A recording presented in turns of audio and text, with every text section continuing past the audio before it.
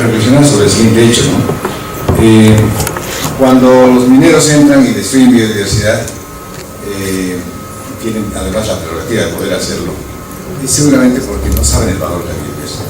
A lo mejor podríamos obtener más por biodiversidad que por los recursos mineralógicos, que de hecho en este momento están en un precio muy bajo. Entonces, para poder enfrentarse a los petroleros, madereros, cocaleros, todos los demás que destruyen biodiversidad, que eliminan foresta, había que enseñarles que la biodiversidad tiene valor. Pero ¿sabemos cuánto valor tiene? Si lo supimos. La universidad ha indagado esto, los saberes ancestrales nos dicen que tienen valor, pero ellos están ahí en un limbo de acontecimientos que no se les toma muy en cuenta. Entonces, la idea es que Bolivia tiene tres grandes recursos estratégicos, ¿verdad? La minería, los hidrocarburos y la biodiversidad. El gobierno actual ha manejado con bastante eficacia, creo, lo de los hidrocarburos y la minería, apuntalando, metiendo dinero, dándoles beneficios a los mineros. Pero en biodiversidad creemos que no ha hecho prácticamente nada, porque cuando se estaban haciendo los grandes planes, hubieron algunos desequilibrios que no vale la pena comentar, pero que de todos modos podemos retomar el tema a partir de la universidad. Y esto es extremadamente importante. Yo quería iniciar con el tema de por qué la biodiversidad, cómo es que se origina, pero creo que el tiempo no nos va a permitir. Así, por favor.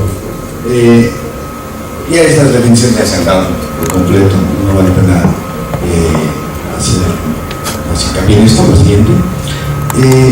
Bueno, tal vez alguien se ha preguntado, porque como aquí hay personas de turismo, de economía, de derecho, etc., saber cómo se origina tanta diversidad biológica, porque somos tan diferentes. Bueno, pues la evolución, ¿verdad? La evolución es la primera célula que ha aparecido.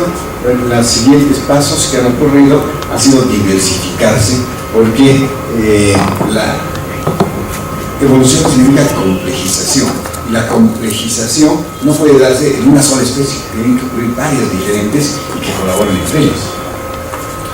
Hay que reconocer que este proceso evolutivo ha sido muy largo y han desaparecido más de la mitad de las que conocen actualmente. Entonces han habido procesos de eliminación de especies.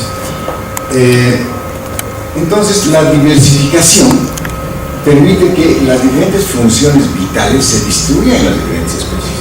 Por ejemplo, nosotros quisiéramos capturar energía, las especies la capturan a través del sol. Las plantas capturan energía, pero los herbívoros se comen a las plantas, se mete la energía, y nosotros a los herbívoros, y así vamos utilizando la energía que ha generado el sol, que ha llegado desde el sol, pero distribuyendo funciones. La siguiente, por favor. Entonces, el sentido de la biodiversidad es que las interacciones en equilibrio son el elemento de selección para generar diversidad biológica. O sea, necesitamos interaccionar entre las diferentes especies para que la diversidad cumpla su función. Uno se preguntaría, bueno, ¿por qué tanta diversidad y no un solo ser? Imagínense ustedes un ser mítico que sea capaz de recibir radiación solar y capturar esa energía y hacer todo lo que harían las demás especies en uno solo. Imagínense ustedes eliminar sus propios desechos y reconstituirlos él mismo, volvérselos a comer. No se entiende. Solamente la biodiversidad, la diversificación, es la que permite entender por qué la complejidad de la vida puede darse solamente a partir de muchas especies. El siguiente, por favor. Bueno, esto les decía, ¿no? La fotosíntesis todavía. La siguiente, vamos a estar muy rápidos. El hecho de que estén distribuidas las funciones entre especies, entre todas, y todas dependan, por lo tanto, de las otras, hace que ninguna especie esté sin motivo. Todas tienen un papel que cumplir. Como el organismo, ustedes ven el organismo humano, todas las especies, las células están interaccionando con las otras células. La célula hepática está depurando toxinas porque las toxinas pueden afectar al sistema nervioso y los músculos permiten que se mueva el organismo, etc. Todo está coordinado, es que es un solo organismo. Igualmente, pareciera que una de las visiones que está pegando mucho ahora es que la interrelación entre todas las especies debía manejarse como si la Tierra fuera un solo organismo. Hay una teoría que plantean aquello, y bajo esa idea de que somos un solo organismo es que se plantea la necesidad de la conservación de cada una de las partes. Entonces vean la evolución como la complejización a partir de una sola célula, las monedas, ha llegado hasta el ser humano. Entonces solamente se puede evolucionar a partir de la diversificación, de la especiación. Es un elemento central. La siguiente, por favor. Imagínense ustedes este ejemplo. Si no existieran estos bichos, esos ácaros, que están en la cama de cada uno de nosotros, y que se comen nuestras células que descamamos cada día. Cada día descamamos entre 1 y 10 millones de células, se quedan en nuestra cama, células muertas. Pero los ácaros se las comen. Si no hubieran ácaros, ya cada habitación de nosotros tendría varios metros de células nuestras muertas de toda la vida. Entonces, la necesidad de que estos existan, a eso me quiero referir. Y estos, cuando se mueren, se lo comen los hongos del suelo. Hay unos hongos que se llaman Beauveria bassiana, que se encarga de comerse estos, y los hongos a su vez ya se constituyen parte del suelo y su fertilidad. Pues todo está absolutamente conectado. No hay vida alguna de ellas, que aparentemente pues, las despreciamos como seres insignificantes. No, en realidad la biodiversidad es necesaria en tanto presta servicios unos a otros. Lo siguiente, por favor. Bueno, en la vida que han habido más tiempo desde el Big Bang, las especies han estado aumentando, como ha habido una época del Triásico donde han disminuido, pero luego se las siguientes. Aquí están, bueno, saber de que los insectos son la mayoría, son los que van a sobrevivir. La siguiente, por favor. Bueno, es otra, no da tiempo de revisar esto. En Bolivia, ya lo han dicho, ¿cuánta biodiversidad tenemos? Pues según algunos datos, somos la tercera mayor mega biodiversidad terrestre. O sea, los otros nos ganan porque tienen mar. Pues en el mar hay una biodiversidad impresionante. Pero si no consideramos la Tierra, Bolivia está entre las tres primeros. Esos son los datos interesantes del niego para encargar de internet. La siguiente. Y bueno, siempre referimos a la biodiversidad silvestre, coronada y domesticada, local o endémica. Pero fíjense qué interesante el título, dice tipos de biodiversidad en relación a la organización de una especie, o sea, los humanos. ¿Qué quiere decir esto? Que nosotros conceptualizamos a la biodiversidad, la dividimos, no hay ninguna especie más. Nosotros, como especie humana, somos los que otorgamos valor. Decimos, este es silvestre o este es domesticado. Entonces, fíjense que una especie es la que está definiendo la funcionamiento de todas las demás. La siguiente, por favor. Pero, entonces, si nosotros consideramos que el ser humano es parte de la biodiversidad, y nosotros, por lo tanto, la interacción que tenemos nosotros con las demás estructuras del mundo vivo son los que conforman la biodiversidad, bueno, este hecho tiene que llevarnos a reconocer que al ser parte de ellos, digo, del conjunto, pero tener una diferencia, que es la capacidad de generar conocimiento y por lo tanto de otorgar valor, entonces nos obliga, en términos de lo que ahora se llama la ética, la bioética, de hacer conservación. Extremadamente importante. Antes, por favor. Entonces, bueno, podría pasar para hacerlo cortito. Si el conocimiento sobre el uso y manejo de la biodiversidad es una prioridad, una prerrogativa del ser humano, tendríamos que pensar que tenemos que conocer necesariamente todos los elementos que afectan a la biodiversidad y todos los elementos que afectan hacia el valor de la biodiversidad. Entonces, nosotros vemos acá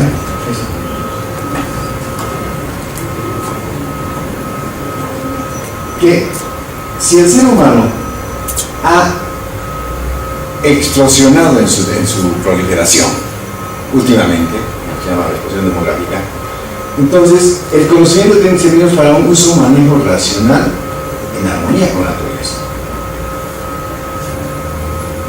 Porque de otra manera, este crecimiento demográfico está causando, por el modelo de producción y consumo intensivo extensivo, está causando daños a la biodiversidad.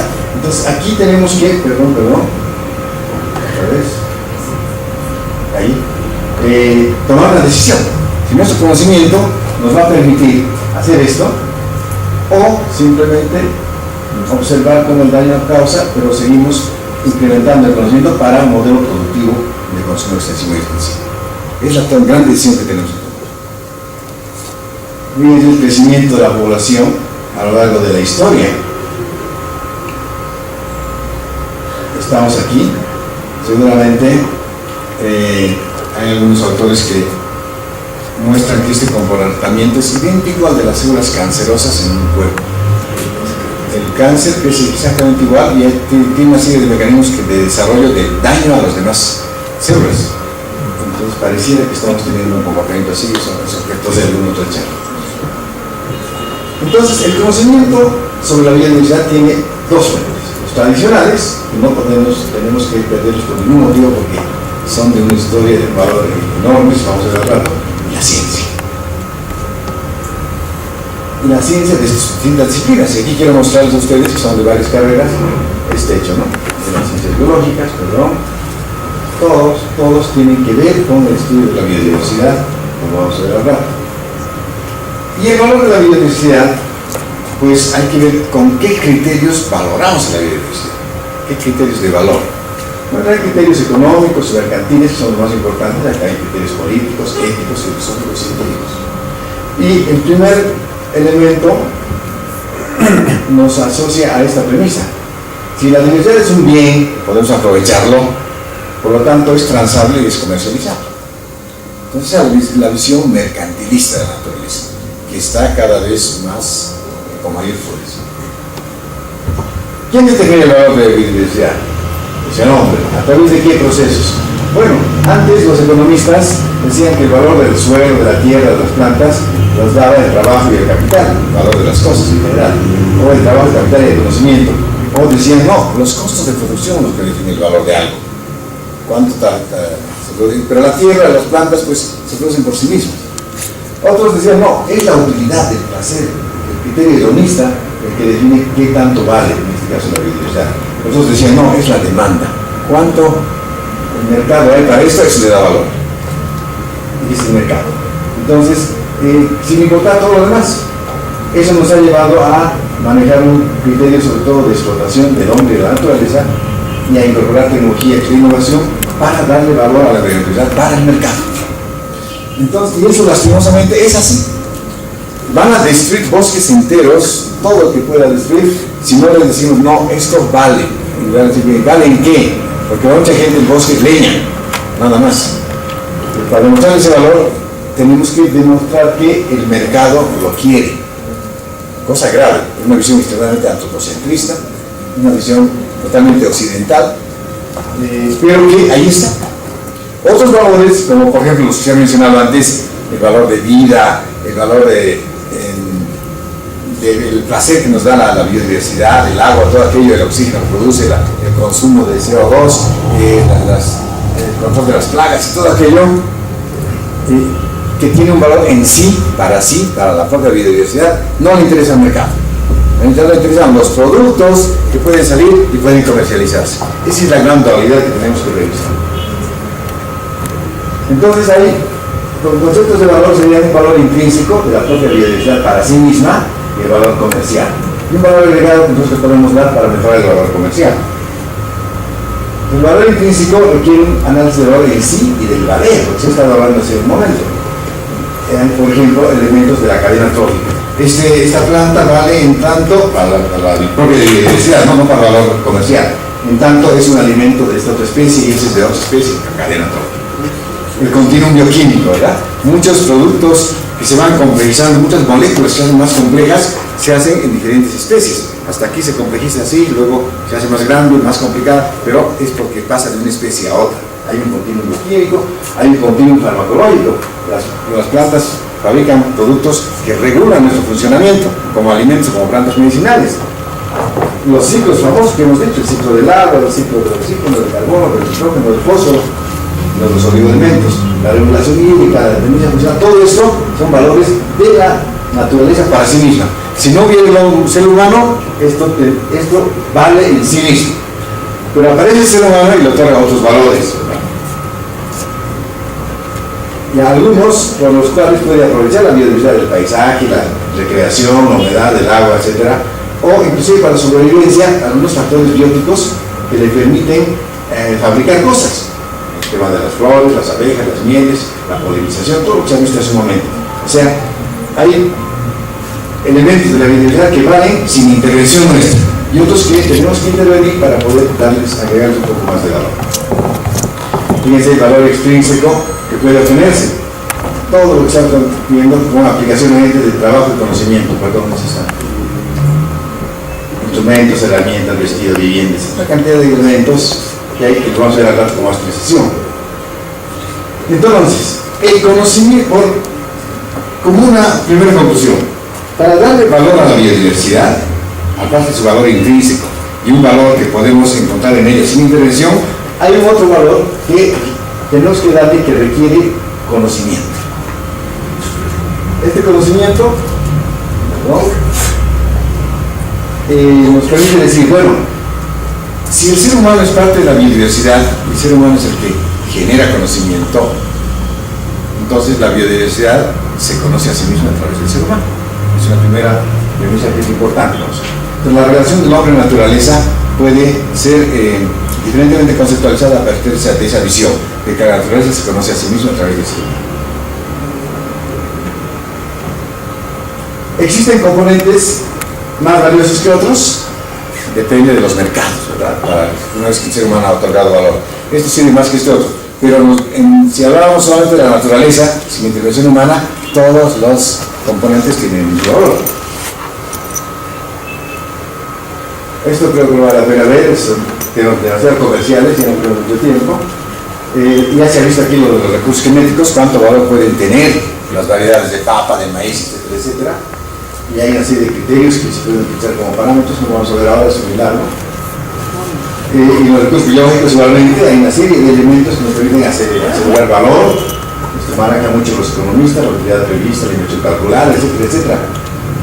Pero esto obviamente los proyectos que ustedes puedan hacer van a tener que utilizar como parámetros. Entonces hay elementos para poder calcular la valor de la biodiversidad. Yo me acuerdo que una vez hubo un seminario en el Radisson donde participaste tú, y vino un señor de Costa Rica y nos decía que un bosque puede valer en le preguntaron a un señor que vivía ahí, ¿cómo lo valoras tú ves a este bosque? Decía, bueno, ¿cuánta leña puedo sacar de él?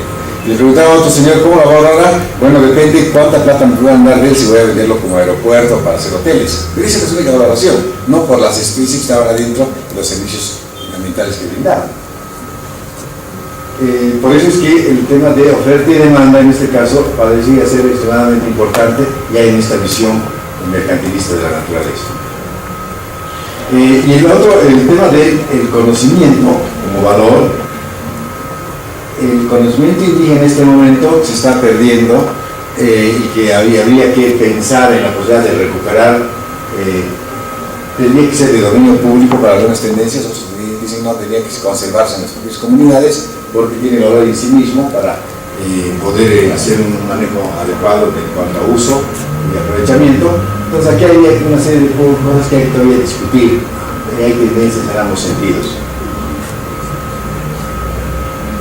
Entonces, llegamos a este elemento. Bueno, si le otorgamos valor a la biodiversidad, ¿esto permitirá su conservación? Es una idea que se tiene. Vamos a darle valor porque si no lo van a destruir. Pero entra en la visión mercantilista. Eso es algo que también tenemos que considerar. Entonces, si nosotros queremos otorgar valor a la biodiversidad, necesariamente tenemos que hacerlo esto a través de la generación de conocimiento, de investigación. Por eso es que tenemos que desarrollar nuestra capacidad científica y tecnológica si queremos hacer lo que se llama desarrollo a partir de la biodiversidad. Las comunidades locales obviamente podrán, en este sentido, tener experiencias, conocimientos, pueden transferir esos conocimientos ¿pero a dónde? ¿A un mercado de conocimientos? No, a los proyectos. Por eso es que la microuniversidad, comunidades, en el marco del conocimiento de la biodiversidad, tiene que ser muy equitativo, tiene que ser muy bien manejado desde el Estado, desde la universidad, desde las comunidades. Estos beneficios materiales tendrían que ir pues, a la conservación, a proyectos de la comunidad, desarrollo científico, etc. No simplemente a obtener beneficios para alguien que tenga como una utilidad comercial. Esto nos permitirá salir quizás de esta economía, ¿verdad? Los países extractivistas, como nosotros, los países transformadores. Si nosotros quisiéramos ser un país transformador, entonces tenemos que acopiar conocimiento científico y tecnológico.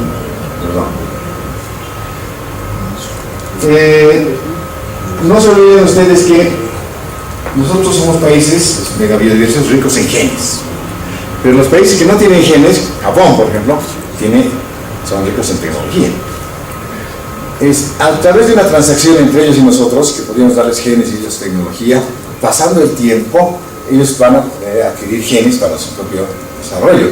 Pero nosotros adquiriremos tecnología, que es la gran pregunta. Y en ese papel precisamente está el vínculo que la universidad puede tener con, a través de su generación de conocimiento, con las comunidades locales en el manejo de los genes y las especies como parte de la biodiversidad. ¿No sé si entienden esto? Entonces, no se olviden ustedes que la presión sobre la biodiversidad no solamente es del cambio climático, también son los temas migratorios, ¿verdad? Todos los interculturales, los cocaleros que se meten a quemar bosque para hacer siembra de productos que les convienen a ellos. No se olviden que cada año se deforestan 200.000 hectáreas de bosque en Bolivia. El 42% del territorio está en camino de la deforestación. Y la contaminación de los cuerpos de agua avanza a pasos muy grandes. Tenemos un tema muy grande con el lago Titicaca, por ejemplo. Y bueno, si queremos que esto no ocurra, tenemos que ver las potencialidades de la biodiversidad a partir de la otorgación de valor. Bueno, aquí hay unos recursos potenciales sobre los cuales ya hablaron, no tenemos mucho que decir. En cuanto a los productos naturales, fíjense la lista enorme. Todo lo que pudiéramos trabajar, perdón. No quiero seguir gastando saliva y repetir esto. Fíjense, en cuanto a aditivos, todo lo que hay en la biodiversidad, en bebidas energizantes, en combustibles, en fibras, utensilios, perdón, medicamentos, no solamente las plantas, activos, vehículos, aditivos, conservantes, pigmentos, solventes, genes como parte de los medicamentos, liposomas, etc. Reactivos biomédicos, alginatos, resinas. Les decía a los dentistas que son el área de la salud que más se alejan de la biodiversidad. Y todo lo que usan ustedes son productos de la biodiversidad. Con lo que hacen los moldes de los dientes, el alginato, es un alga. Con lo que curan ustedes la muela cariada, es eugenol, que viene del clavo de roca, etc. Entonces, la gente no se ha dado cuenta de todo lo que utiliza casi todavía la biodiversidad. Los médicos dicen, les digo, a ver, el medicamento más consumido del planeta, ¿cuál es? La aspirina. ¿De dónde viene la aspirina? Del sauce, ¿verdad? Salix. Pero los médicos en general no lo saben. Fíjense todo esto. Los barros, ¿verdad? Interesante.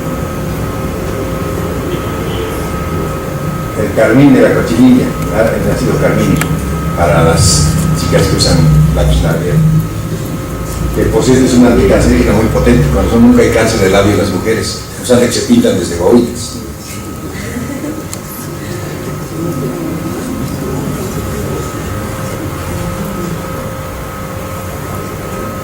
¿Les faltaría materiales para la biodiversidad? Todo lo que podemos hacer.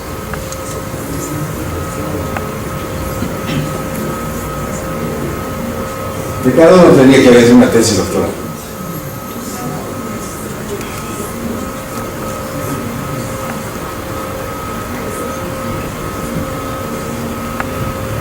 Lo que decía antes, la que expuso sobre el tema de las áreas protegidas, los procesos ecosistémicos.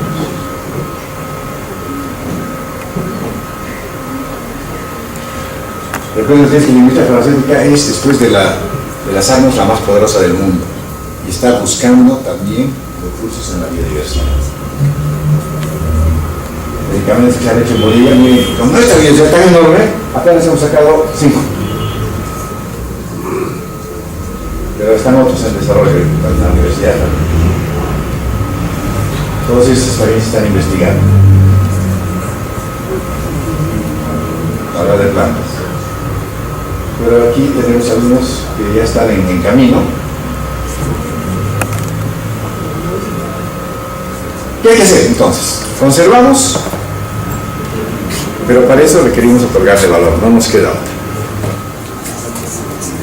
Esto nos va a permitir proteger las áreas protegidas, proteger la redundancia, la descontaminación, tener que promover la ley de la biodiversidad, que existe en el Senado hace 17 años, el tema de la forestación y deforestación, las lastimosamente las medidas actuales de los decretos son en contra de esto. La ley del perdonazo para los deforestadores del oriente, el tema del petróleo, las migraciones, bueno, todo va en contra, no obstante que se recita lo contrario. El tema de las praderas y suelos, la mecanización del campo en el altiplano para sembrar quinoa, que está destruyendo la microflora edáfica, y lo más importante, perdón, como acción, la generación de conocimientos. Y aquí tenemos toda una cantidad de acciones de aprovechamiento que podríamos hacer, la de investigación, el registro, las condiciones ancestrales, la reforestación, estas plantas medicinales. Hay un Instituto Nacional de Plantas Medicinales y Nutracéuticos que lo tiene el Ministerio de Ministerio de Tecnología, que está ahí y nunca lo han implementado. Hay un Instituto Nacional de Biodiversidad que lo hemos promovido cuando éramos viceministros, pero hasta ahora no ha salido nada. Bueno, una cantidad de otras posibilidades, el comercio, los criaderos, son opciones que están planteando. Los beneficios obviamente serían muy grandes, pero aquí hay un beneficio que no está aquí escrito. El hecho de que conservemos la biodiversidad, además de que trae beneficio de aprovechamiento, va a ser un elemento que va a neutralizar los impactos del cambio climático. Eso está clarísimo, porque no solamente va a permitir que las comunidades tengan una estrategia colateral para poder resistir estos impactos, sino que además, por un hecho biológico, los grandes bosques, las grandes masas boscosas, son las que se encargan de hacer la regulación de los efectos del cambio climático. El tema de la seguridad alimentaria es algo crucial, y esto que se ha planteado mucho, vivir bien siempre en armonía con la naturaleza. Si no lo vemos de esta manera, simplemente hay que tomar la gran decisión, ¿verdad?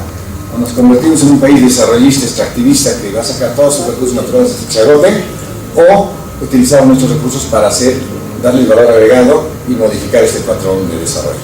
En cuanto a los hidrocarburos, en minería se ha hecho cosas, pero se ve que no se va a poder avanzar mucho más. En cambio, sí, en cuanto a la biodiversidad.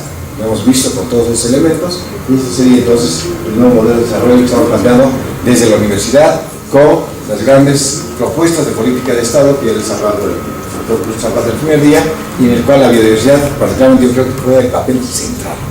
Y un detalle interesante para aprovechar este punto. Me decía una señora, todos me presionan para que siembre coca, pero yo no quiero sembrar coca, tengo mis mandarinas. Siempre mis mandarinas, y se llenan de mandarinas, y nadie quiere mandarinas, se pudren, y ahí están. ¿Qué hago con mis mandarinas? Y decía yo, fíjate que en la cáscara de mandarina hay una sustancia que se llama noveletina, que demostrado está que combate la obesidad, la diabetes y la arteriosclerosis a nivel mundial. Pero entonces, ¿por qué no trabajamos tecnología que permita recuperar ese componente y ponerlo en la industria? Fíjense ustedes que es un ejemplo interesante de cómo podríamos nosotros evitar que estas grandes devastaciones de foresta para ciertos productos de dudoso valor podrían tener una salida colateral a partir de la investigación en la ciencia y la tecnología. Muchísimas gracias.